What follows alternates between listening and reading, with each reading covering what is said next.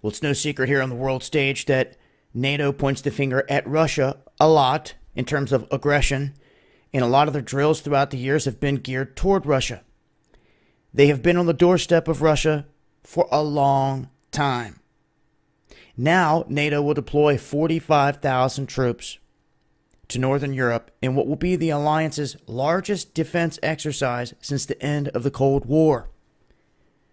Over 50 aircraft, 70 vessels, around 10,000 land vehicles are going to take part in this Trident Juncture 18, which is set to begin October 25th. It is a live field exercise that will continue through November 7th, with 31 allied countries and partners participating. They describe this as a massive military maneuver and say that it's defensive and transparent. They also state that all members of the OSCE, including Russia, had been invited to send observers. But some say they laughed that off because the drill will simulate the defense of a member state being attacked by a fictional aggressor, and the locations are in Norway, Finland, and Sweden, leaving little to the imagination on who that aggressor could be.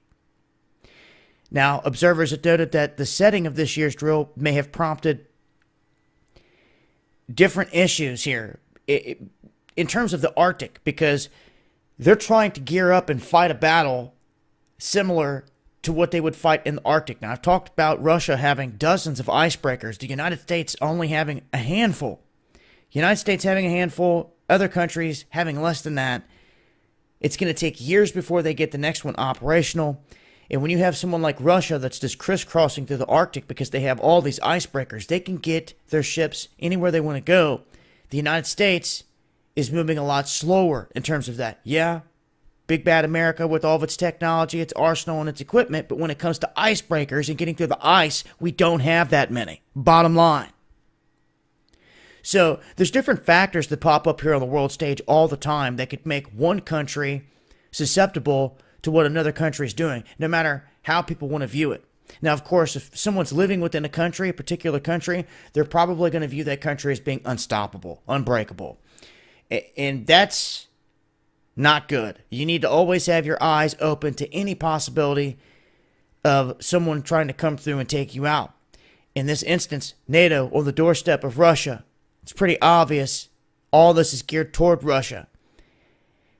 And at this point, they're saying well over the 36,000 troops that participated in 2015.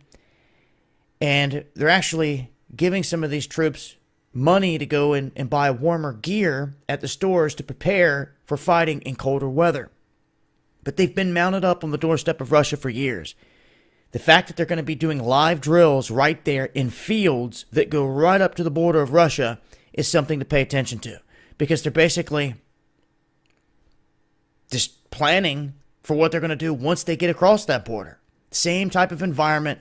You're talking within yards of the borderline there where they're going to be pulling off this drill. But I will leave a link. I'm going to continue to update on this as things change. Make sure to join us for Underground World News Live, Friday nights, 8 p.m. Eastern on Dabu 77. Hope to see you guys there.